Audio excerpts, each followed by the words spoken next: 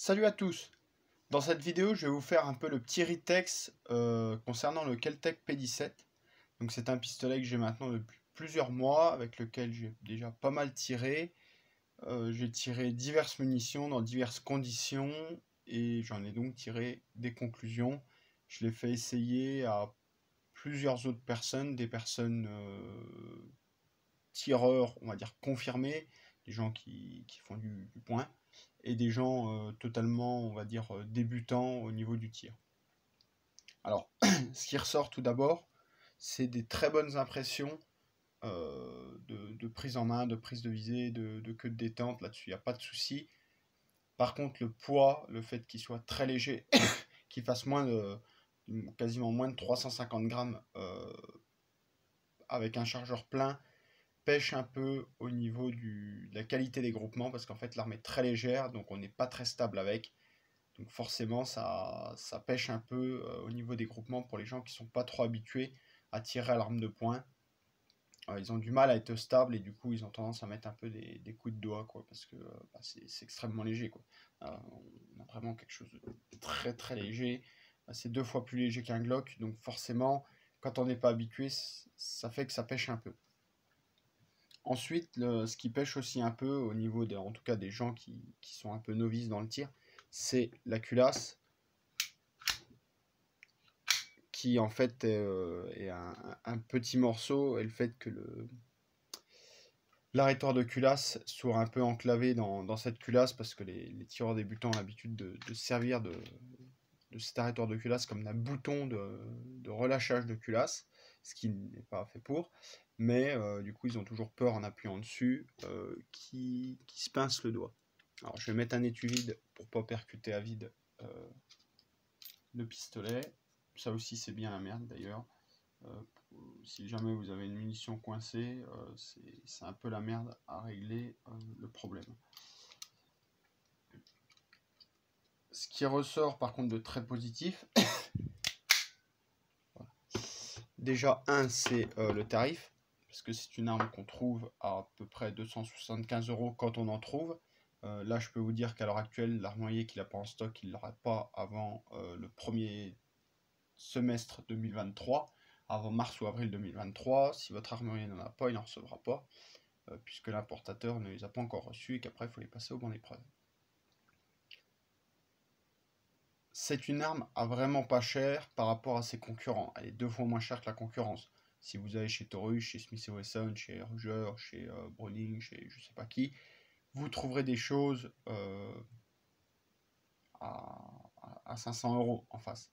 Quand là vous êtes à 275 avec 3 chargeurs de 15 coups, l'adaptateur pour monter un réducteur de son. Par contre, le réducteur de son est pas en 1,5 par 20, mais en 1,5 par 24, donc attention. Moi j'ai dû racheter un RDS spécialement pour, donc j'ai pris un Atec, j'en suis extrêmement satisfait. J'ai rencontré très peu de soucis avec ce pistolet, mis à part au début la prise en main qui est un peu spécifique, vu que ça reste une arme qui est quand même pas très large en culasse.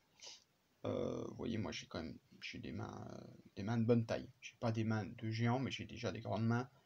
Vous voyez que là mon doigt fait pas trop le fier, et quand je viens mettre mon pouce, voilà, je me cherche encore un peu, mais j'ai fait des très bons groupements avec. Clairement à 25 mètres, on tient le 9 de la C50 pour un tireur, digne de ce nom, pour un mec qui tire, quoi. Le noir de la C50 sans aucun problème à 25-30 mètres.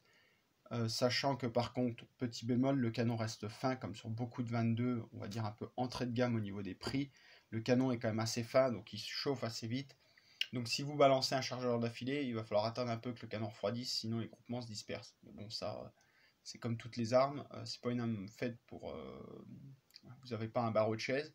Donc forcément, il faut prendre ça en compte, et il faut tirer de façon un peu plus raisonnable.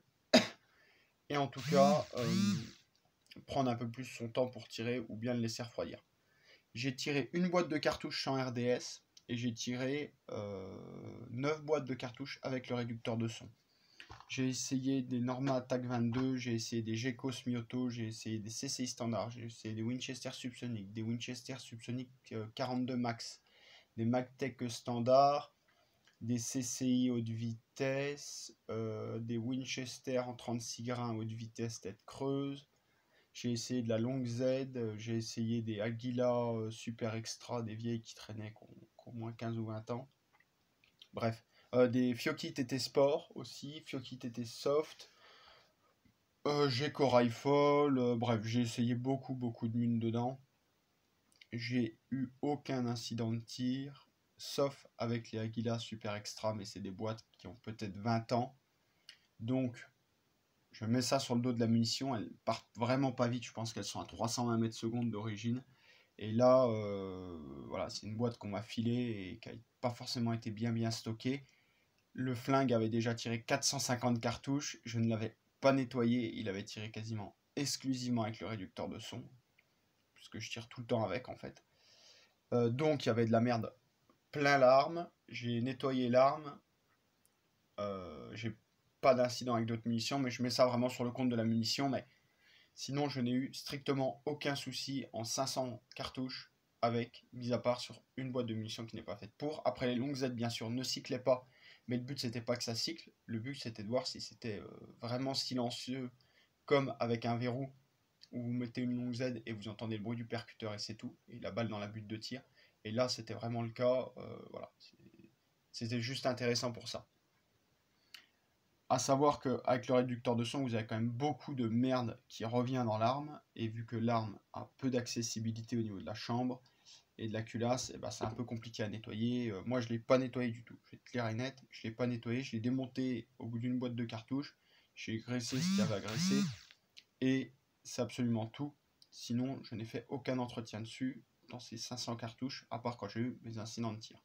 Là où j'ai eu des. Donc j'ai des très bons groupements avec à peu près tout, j'ai pas de munitions catastrophiques. J'en ai des meilleurs que d'autres, avec les MagTech standards ils fonctionnent pas trop mal. Et avec les Norma TAC 22 aussi, ils fonctionnent vraiment bien.